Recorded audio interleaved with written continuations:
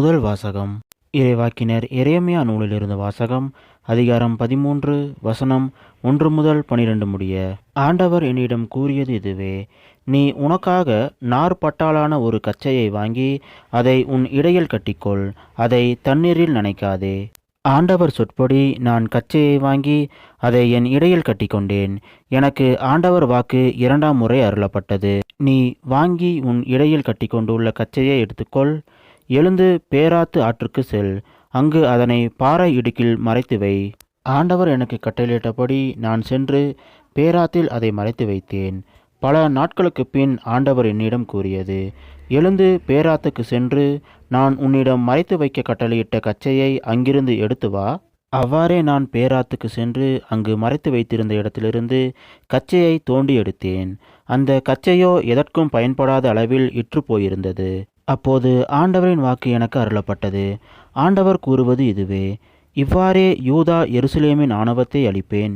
என் சொற்களுக்கு செவி கொடுக்க மறுத்து தங்கள் இதய பிடிவாதத்தின்படி நடந்து வேற்று தெய்வங்களை பின்பற்றி அவற்றுக்கு ஊழியம் செய்து வழிபட்டு வரும் இத்தீய மக்கள் எதற்கும் பயன்படாத இந்த கச்சையைப் போல் ஆவார்கள்.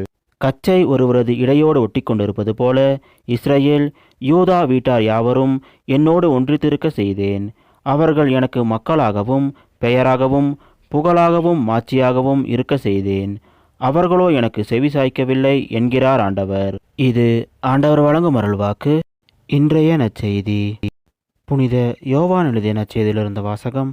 அதிகாரம் 11 வசனம் 19 முதல் 27 முடிய.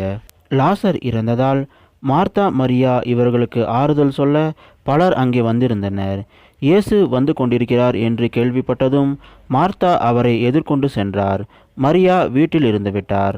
மார்த்தா இயேசுவை நோக்கி, ஆண்டவரே, நீர் இங்கே இருந்திருந்தால் என் சகோதரன் இறந்திருக்க மாட்டான். இப்போது கூட நீர் கடவுளிடம் கேட்பதை எல்லாம் அவர் உமக்கு கொடுப்பார் என்பது எனக்கு தெரியும் என்றார். இயேசு அவரிடம், உன் சகோதரன் உயிர்த்தெழுவான் என்றார். மார்த்தா அவரிடம், இறுதி நாள் உயிர்த்தெழுதலின் போது அவனும் உயிர்த்தெழுவான் என்பது எனக்கு தெரியும் என்றார். இயேசு அவரிடம், உயிர்த்தெழுதலும் வாழ்வும் நானே. என்னிடம் நம்பிக்கை கொள்பவர் இறப்பினும் வாழ்வார்.